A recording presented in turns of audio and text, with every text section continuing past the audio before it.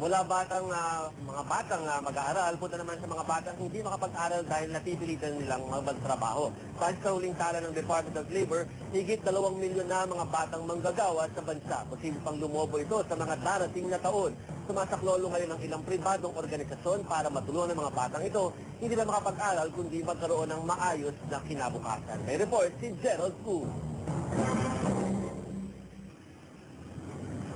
Sa makalawa na papasok sa grade 1 si Jimwell pero dahil wala pa rin pambili ng gamit sa eskwela, sinusuyod pa rin niya mga lansangan ng Maynila para mangolekta ng basura.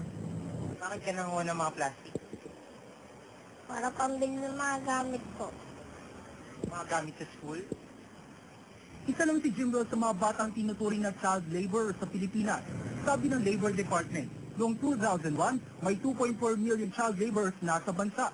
Hindi na nasundan pa ang survey dahil sa kawalan umano ng pondo ng gobyerno. Pero ang tiyak raw, malayong mas mataas na ngayon ang bilang ito. Hindi importante yung bilang. Ang importante, yung programa tuloy-tuloy. Kahirapan ang tinutukoy na ugat ng child labor sa bansa, sabi ng International Labor Organization. Pero may pag-asa pa rin na guminhawa ang buhay ng mga bata. Tulad ni Alexis, dating batang manggagawa sa isang tubuhan sa Negros Occidental. Ngayon, may maayos na trabaho sa isang 5-star hotel dahil sa binigay na scholarship ng isang foundation. Sa ganitong buhay, huwag lang sila mawalan ng pag-asa at tiwala, pananalig sa Diyos para maabot nila yung mga pangarap nila. Nariyan din ang Philippine Miracles, isang football team na binubuo ng mga dating batang kalye. Ibinahagi nila ang kanilang nalalaman sa football sa mahigit 300 child laborers na nasa gitnang iba't ibang foundation. Ang sarap makatulong na maging isa kang reason para maging football player din sila someday na once ikaw din.